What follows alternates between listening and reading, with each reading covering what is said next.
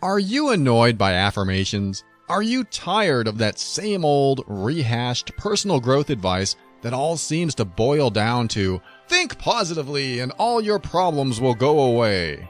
If affirmations feel like lies and positive thinking feels like denial, then I want you to get ready. The overwhelmed brain is here to help you create the life you want now.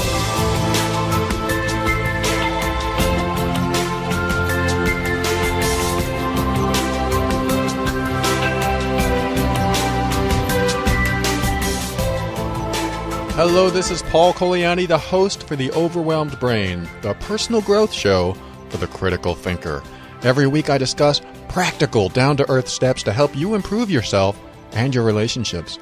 We'll talk about why we do the things we do, what we can do to reach higher levels of happiness and lower levels of stress and overwhelm, and other cool things that create positive changes in your world.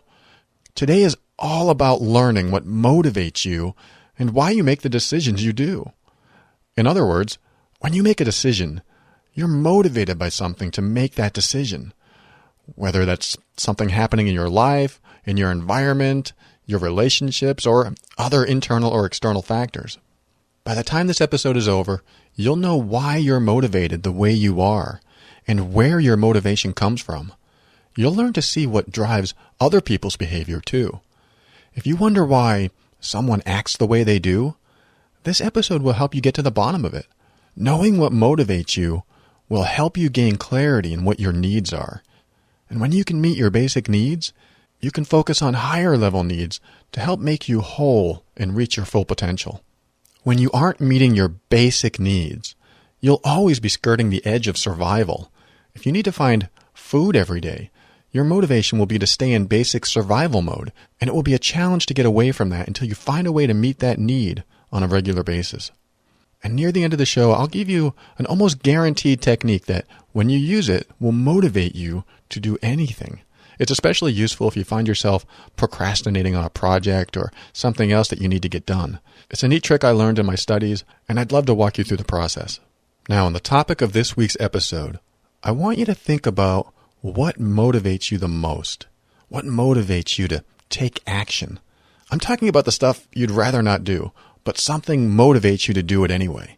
For example, for me, accountability greatly motivates me to do the things I wouldn't do otherwise if no one expected me to. Accountability is when someone else expects you to do something that you said you'd do. As much as I don't want to do something, I don't want to disappoint or not reach someone's level of expectation even more. In fact, this motivates me so greatly, I'll skip a meal, I'll lose sleep, I'll even work in extreme conditions just to make sure that I come through on my promise to them. And it may not even be a promise. It could just be me telling someone else that I'm going to do something. Knowing that soon they will want to know how I'm doing on a project or whatever is so motivating for me that I'll do anything to get that project done. And here's the funny part. I actually don't like being held accountable. I mean, it's not one of those things people typically want. You are going to be held accountable for your actions, or in this case, inactions. But I know it motivates me to complete a task. So if I really want to get something done, I tell someone I'm going to do it. Once that happens, my motivation kicks in. Now, I don't always do this, but when it's something I know I'll procrastinate on otherwise, I'll make sure someone knows. Being accountable is motivating to me. So think of what motivates you, even if you don't like it. For some people, it's the fear of disappointing someone. For others, it's the possibility of making money.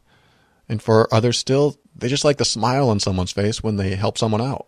Whatever motivates you the most is what you can use to make sure you get things done in your life. Yep, even if you don't want to choose that particular something as your motivation, if it works, use it. Again, I'll walk you through a technique at the end of the show to help you utilize what motivates you so that you can apply it in many areas of your life.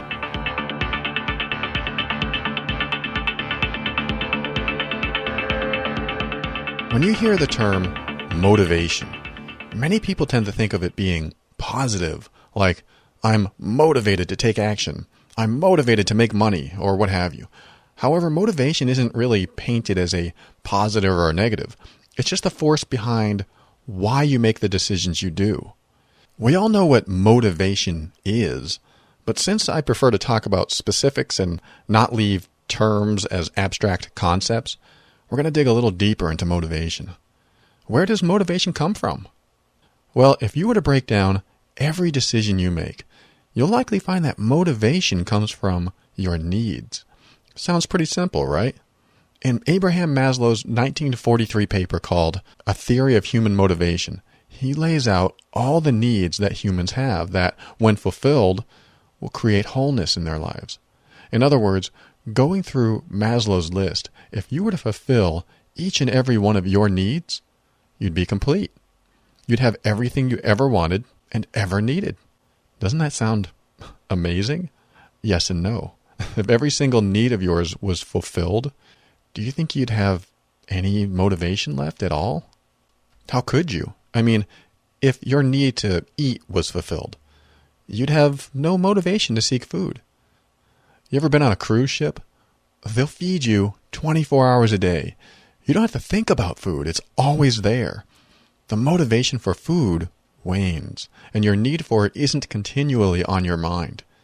Sure, you're going to get hungry and you'll want to eat, but you're not thinking about where your food will come from in the next few hours or days.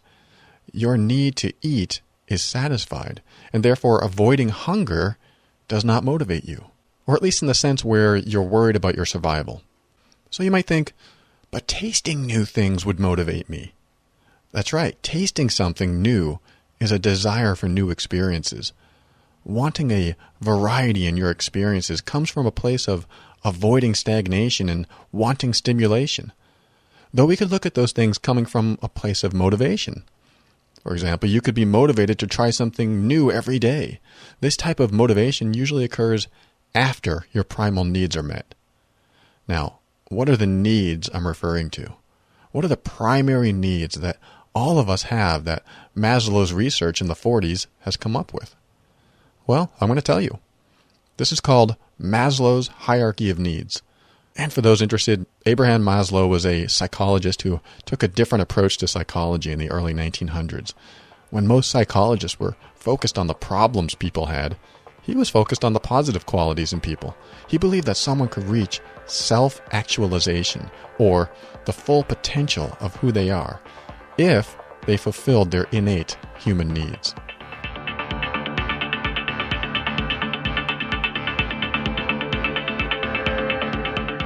Maslow's hierarchy of needs are: 1.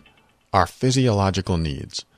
These are our most basic survival needs. The need for food, water, sex, sleep.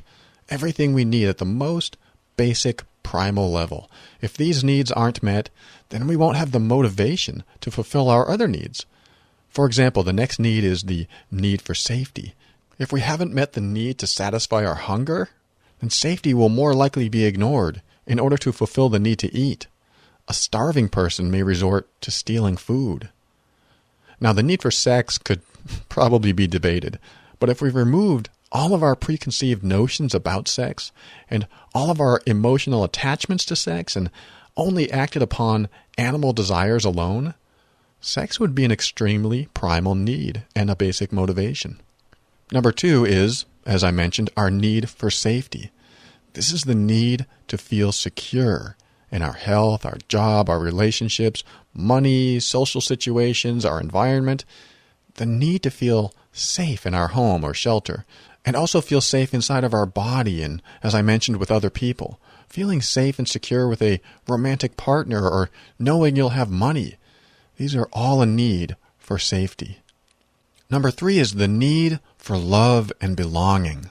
Once you've fulfilled your physiological needs and the need for safety and security, the motivation to want love and be part of something greater than yourself comes in.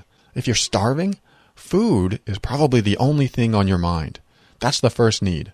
Need number 3, love and belonging, really take a back seat to the first and second need. You must eat to satisfy the first need, your physiological needs, before satisfying the need for safety and security.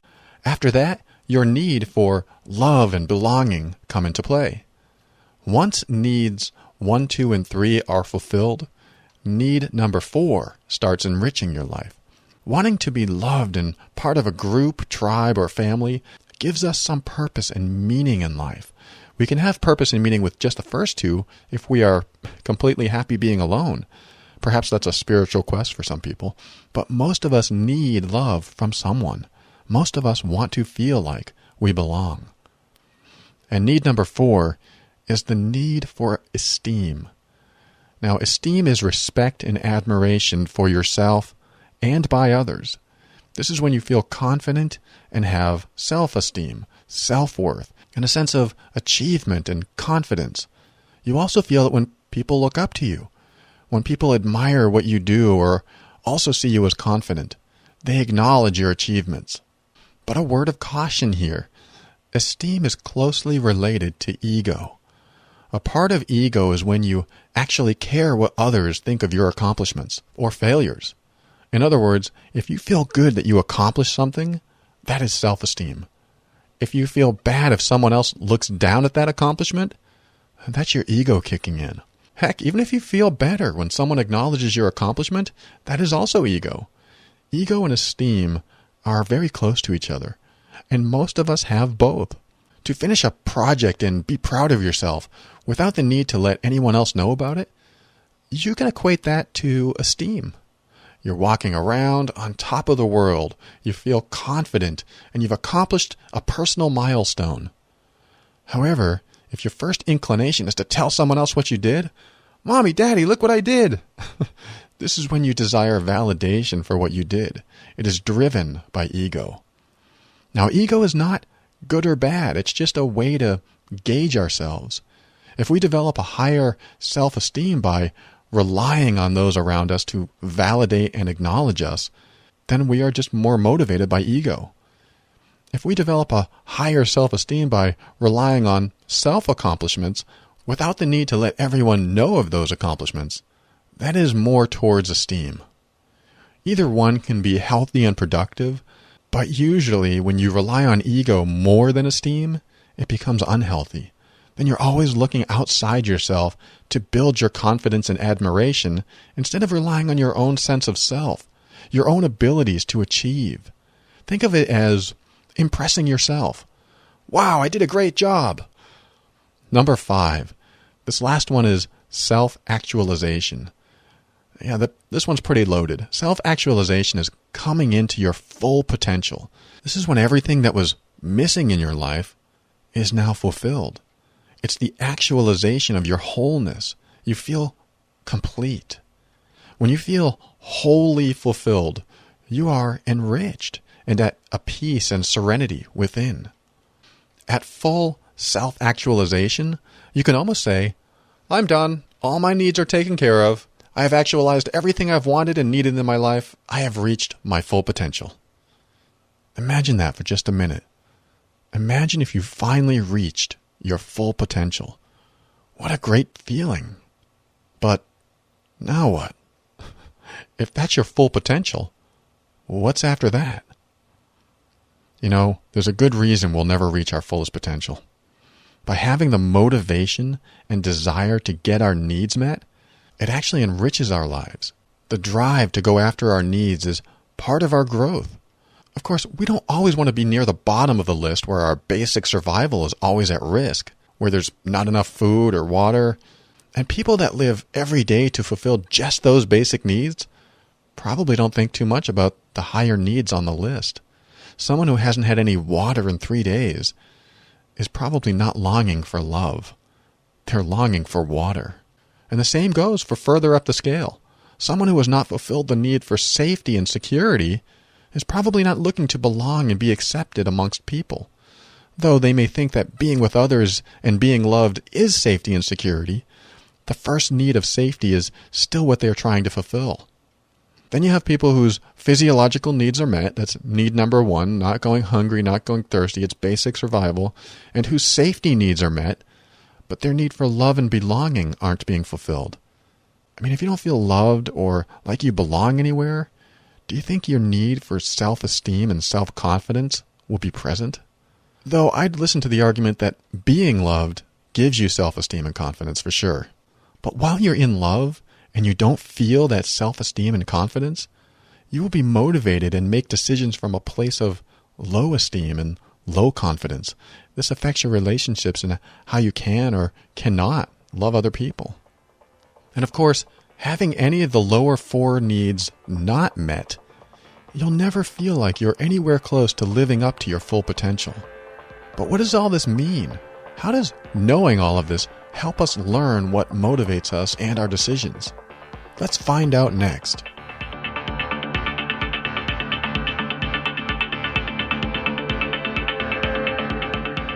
When we know what motivates us to take action, or why we make the decisions we do, we can determine how we will make decisions in the future, and if we want to keep making those same decisions. Sometimes stagnation sets in. You live paycheck to paycheck, or life never seems to progress or move forward. By living at level 1, where your motivation is to fulfill your physiological needs, the need for food and water, the need for oxygen, sleep, etc., you're barely meeting the necessities. Perhaps you're living paycheck to paycheck. Perhaps you live in an area where your resources are scarce. Whatever the case, this level 1 living is the bare minimum you need to stay alive. Referring to the hierarchy of needs tells us that it would be difficult to reach level 2 safety and level 3 love and belonging. That doesn't mean we aren't safe or we aren't loved. It just means our motivation derives from the needs at level 1. Because the needs at level 1 are barely being met, our motivation is to satisfy those needs more than the others. Was there ever a time in your life where your decisions were based on your needs to survive? Where unless you worked on it every day, you weren't going to eat? When you're in that place, how motivated are you to seek admiration or finish a project or get some self-esteem? Or how about looking to seek out love and belonging? I'm going to guess that you're not very motivated at all.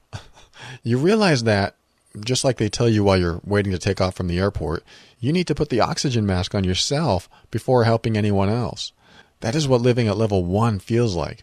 Your mission every day is to provide for yourself and perhaps those around you. I don't have a solution to this except to be aware that people you know may be going through this right now.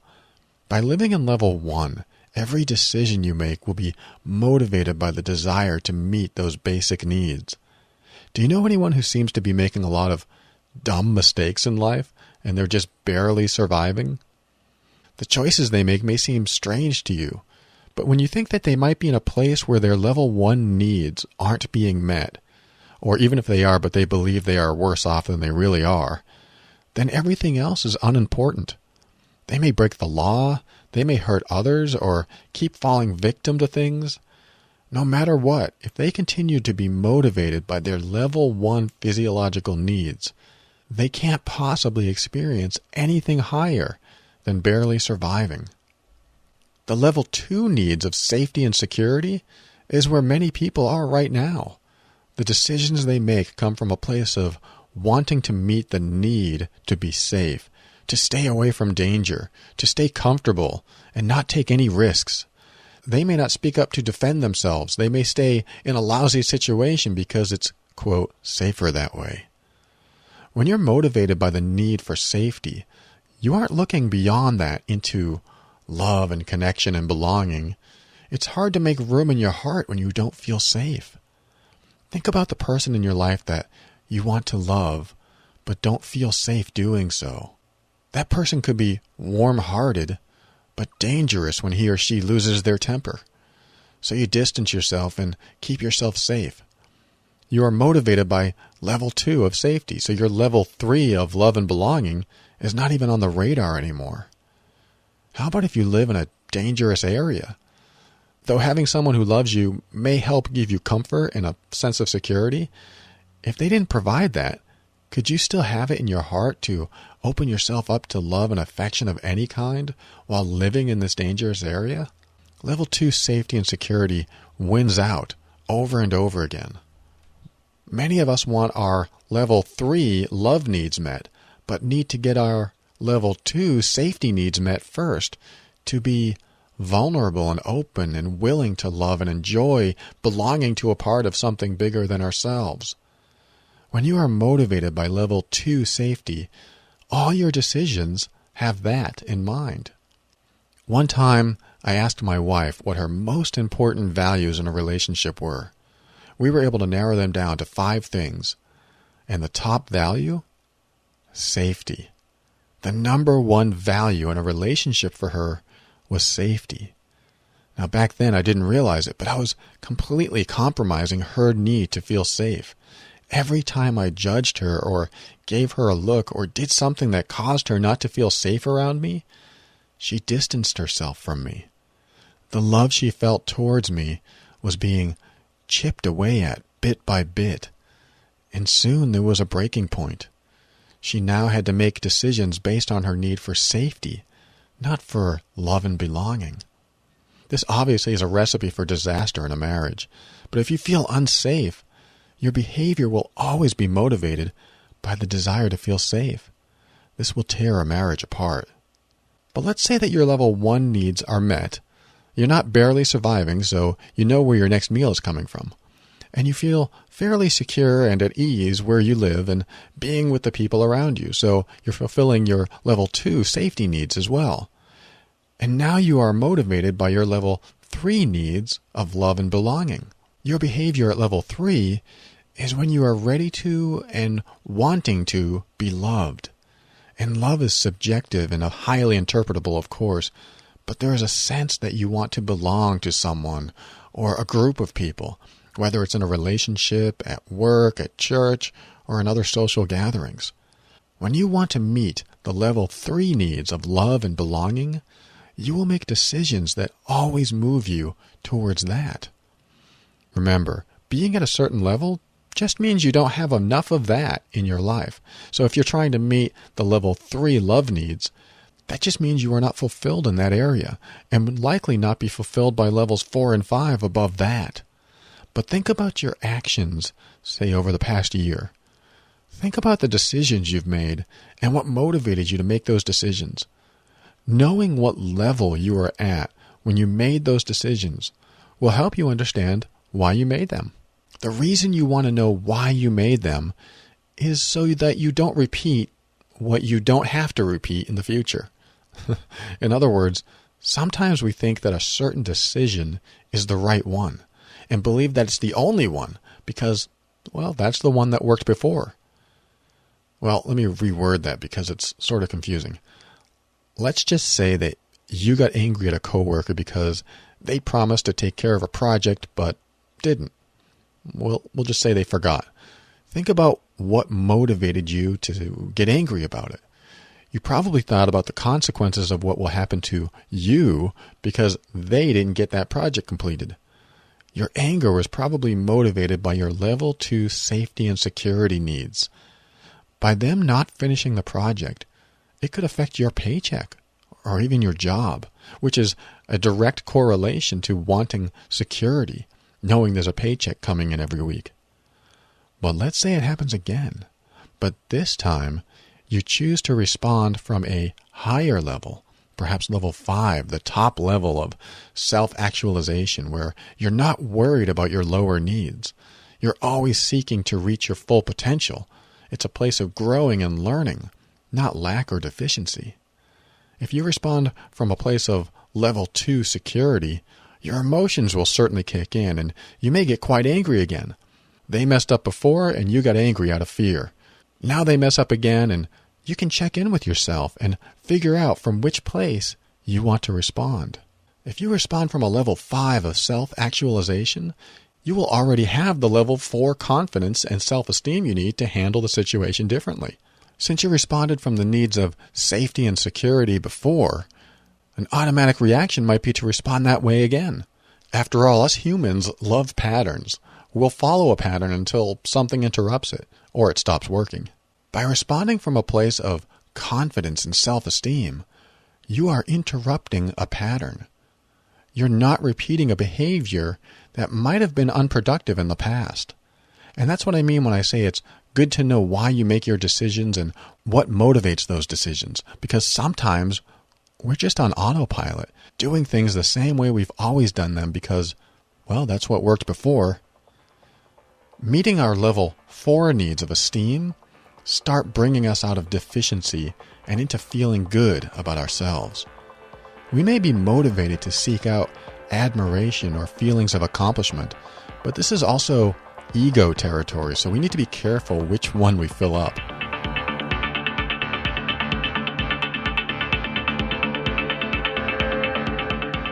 At level 4 esteem, we're meeting our physiological needs, our safety needs, our love needs, and now we are behaving and making decisions based on the need to be respected, admired, and seen as competent.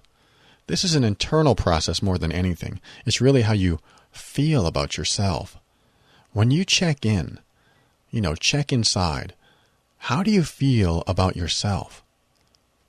Do you respect yourself? Do you admire yourself? As strange as that may sound, how about a sense of accomplishment or confidence in who you are? If you're not having these thoughts or feelings about yourself, then your behavior will come from a place of lack, wanting to fill those gaps or voids. You could get asked to give a presentation on something you know well, but say no because you're motivated by your need for esteem. But if you made the decision based on your level 5 need of reaching your full potential, you'd probably jump at the opportunity to improve yourself. And that's where we're going with all of this. Yeah, it's great to know that I'm at a certain level of need, but what can I do about it? You can start by asking yourself what you want out of life.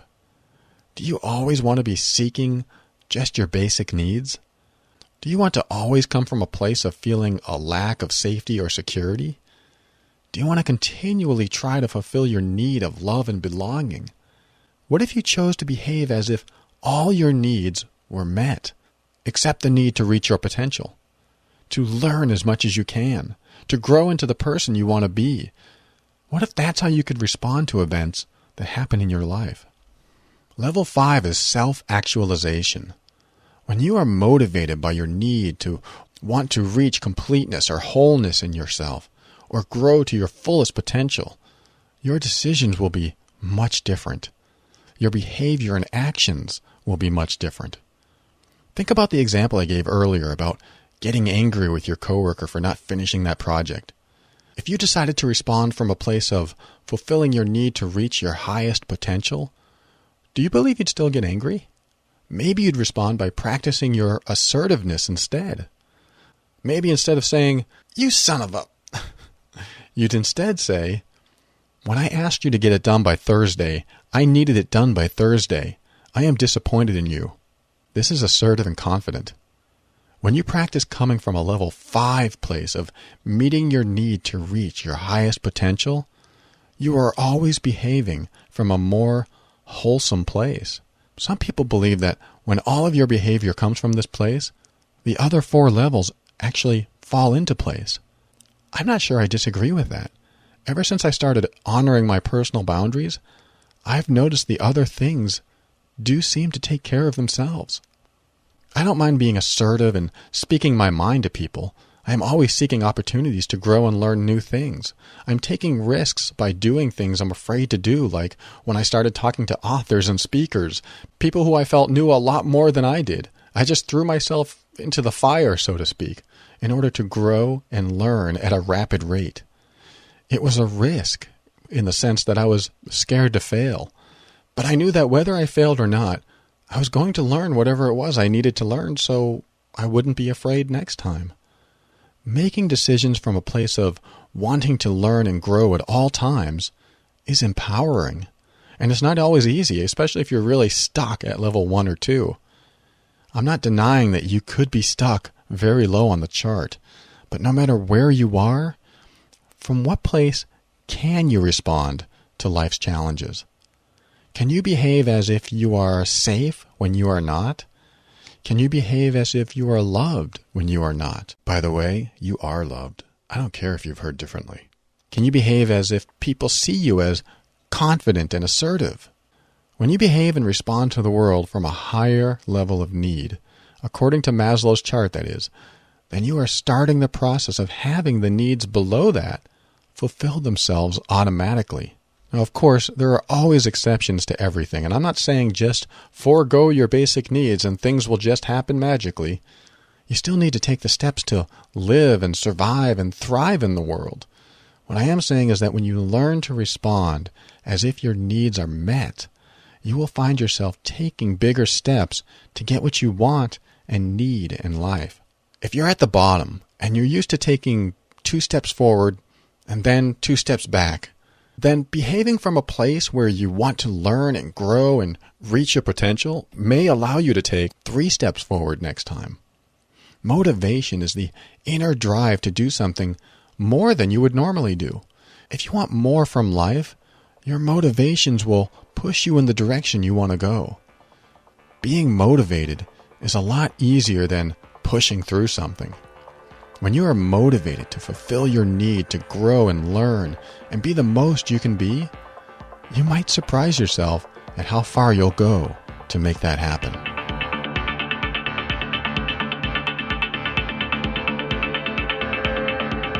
Wow, I did a lot of talking about levels in this episode, but I wanted to repeat the levels over and over again so that you could memorize them.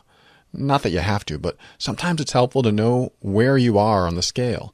It's even more helpful to know where someone else is. Behaving from higher levels also drives us to help others. When we know where their decisions and behaviors arise, we may be able to better understand why they do the things they do. Also remember that even if you got at least 4 of the 5 levels mastered, you can still be at level 1 in a heartbeat. If you find yourself on a sinking ship, you will suddenly find yourself at a level 1 physiological, being able to breathe and not drown, and level 2 safety. Pretty much the same thing in this case. For the purpose of this episode, I chose to talk about what motivates us over and over again instead of the unusual or life-threatening circumstances. But knowing how your motivation changes depending on the situation can be quite helpful to know. Sometimes you may be able to respond more productively in a situation instead of react out of fear where you may lose your faculties. So here's a quick recap. Level 1. Level 1 needs are physiological. That just means the basics we need for survival. Food, water, sex, sleep, etc. Level 2. Level 2 needs are safety and security. You will behave from this level if you don't feel safe both physically and emotionally. Level 3. Level 3 needs are love and belonging. We want to be loved and feel like we're part of a group or family of some sort. Level 4. Level 4 needs are self-esteem and confidence. This is how we feel about ourselves. Did I mention Level 5? Level 5, self-actualization. This is the need to reach our fullest potential, always wanting to grow and learn more to reach higher and higher levels of wholeness.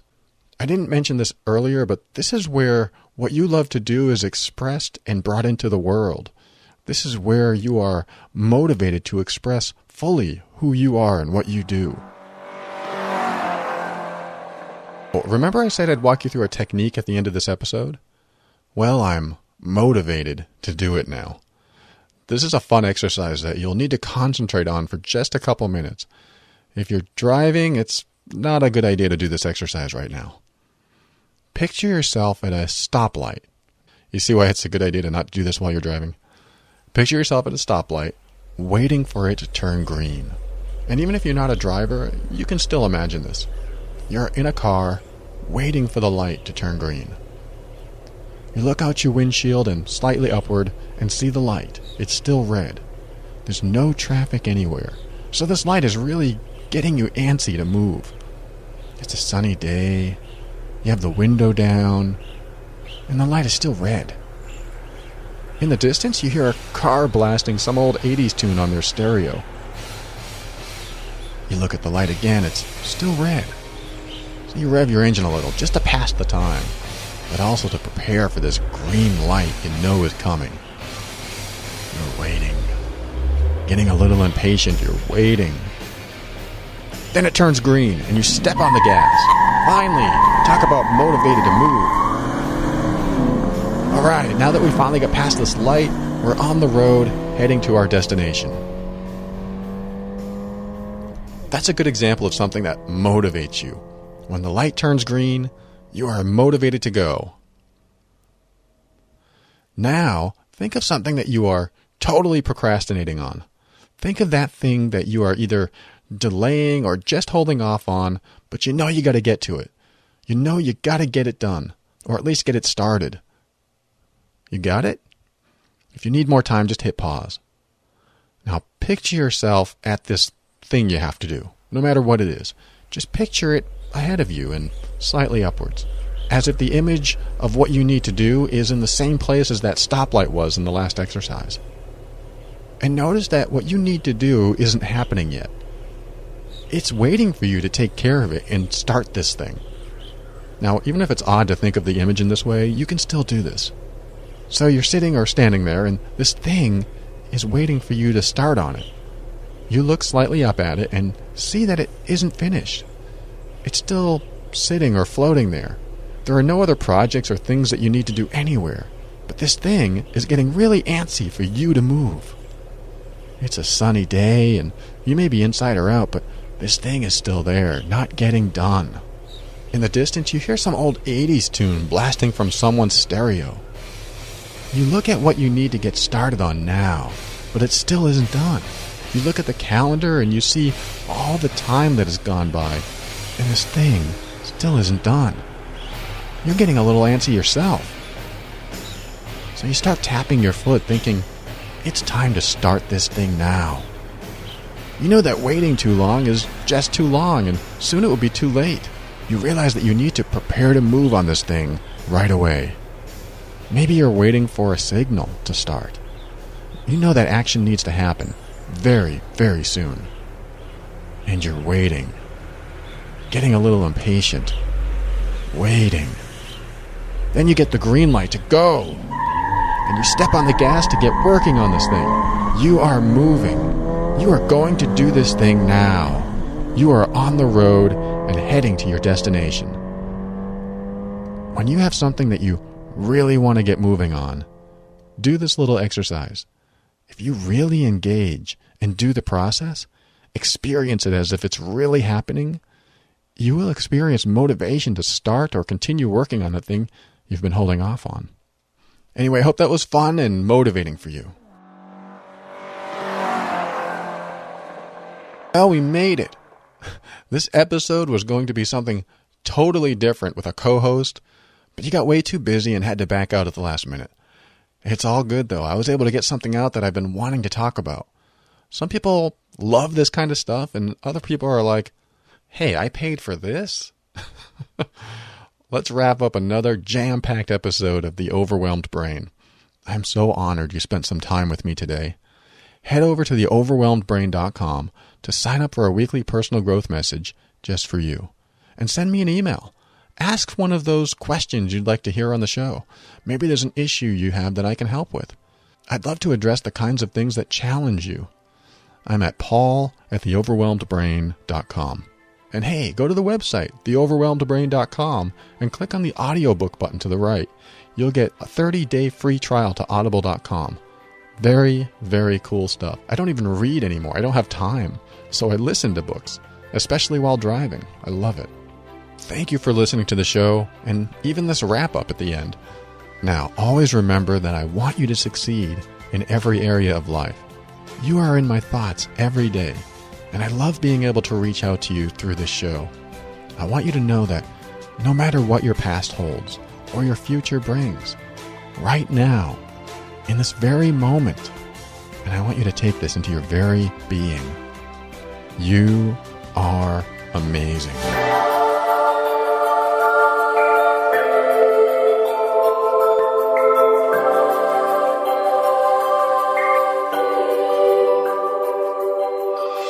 You can't figure out why you keep making the same mistakes, or why you pick the wrong people in your life, or why you're just not fulfilled.